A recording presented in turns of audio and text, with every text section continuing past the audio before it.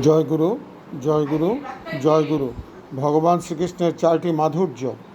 1 নম্বরে রূপ মাধুর্য, 2 নম্বরে বেণু মাধুর্য, 3 হলো প্রেম মাধুর্য, 4 নম্বরে লীলা মাধুর্য।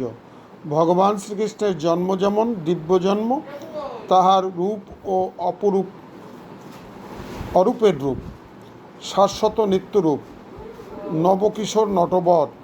সে রূপে শুধু জগতই ভুলে না, আপনার রূপে আপনিই বিমুগ্ধ। ভগবানের বেণু মাধুর্য। ভাগবতের প্রতিপাদ্য দেবতা বেণুধর। জগৎকে ডাকেন তিনি আপনার অভিমুখে বংশীর তানে। যখন ভগবান বংশীতে ফুৎকার দেন, তখন অধরের মাধুর্য রাশি ছিদ্রপথে ঢালিয়া দেন। উহাই ধর্মীয় রূপে পরিণত হয়।